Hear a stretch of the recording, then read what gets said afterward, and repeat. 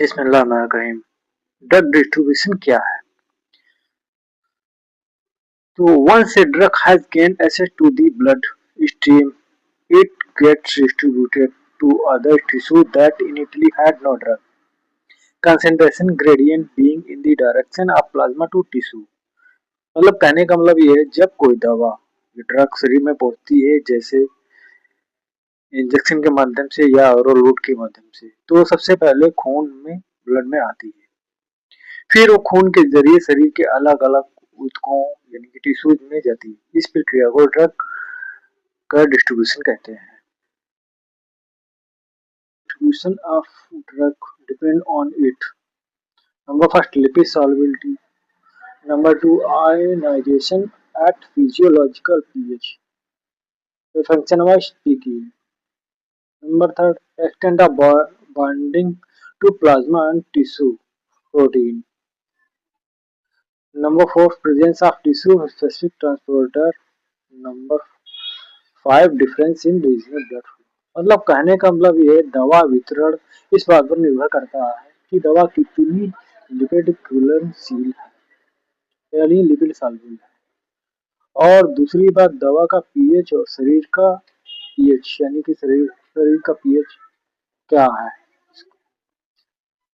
और तीसरी बात, दवा कितनी प्लाज्मा प्रोटीन से बनती है, यानी जैसे एल्बुमिन, प्लाज्मा प्रोटीन एल्बुमिन होती है, उसमें कितनी बनती है। नंबर 4, ऊतकों में ट्रांसपोर्ट या बाइंडिंग साइट यानी स्पेसिफिक ट्रांसपोर्ट होते हैं जो दवा को इधर से उधर ट्रांसपोर्ट करते हैं, उसमें कितनी बाइंड होती है। और नंबर 5, खून का बहाव अलग अलग अंगों में कितना है। अब इसको ऐसे समझेंगे, इसका फार्मूला है V equal to drug administered IV upon plasma concentration. इसमें ग्राफ में फिगर में दिया हुआ है कि प्लाज्मा ड्रग, मान लो plasma drug concentration is equal to 50 milligram upon litre. तो V equal to 1000 upon 50 equal to 20 litre. अब हम आपको समझाते हैं। अब इसको ऐसे समझेंगे, इसका फार्मूला है V equal to drug administered IV upon plasma concentration.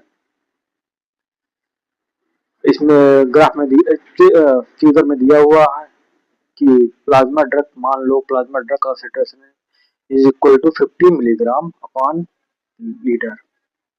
तो V equal to 1000 upon 50 equal to 20 litre.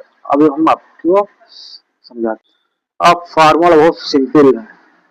तो जो भी आयतन लिया गया है वो बराबर है कुल दवा की मात्रा यानी कि अमाउंट अपॉन प्लाज्मा में दवा की सांद्रता, यानी प्लाज्मा में दवा की कितनी सांद्रता है।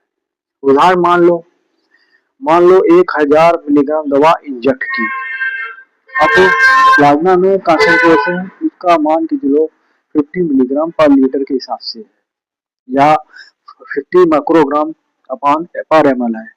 तो अपरेंट वॉल्यूम जो होगा 1000 अपॉन 50 इक्वल टू 20 लीटर होगा। यानी दवा ऐसा व्यवहार कर रही है जैसे वो 20 लीटर के एक बर्तन में पूरी तरह घुली हुई है।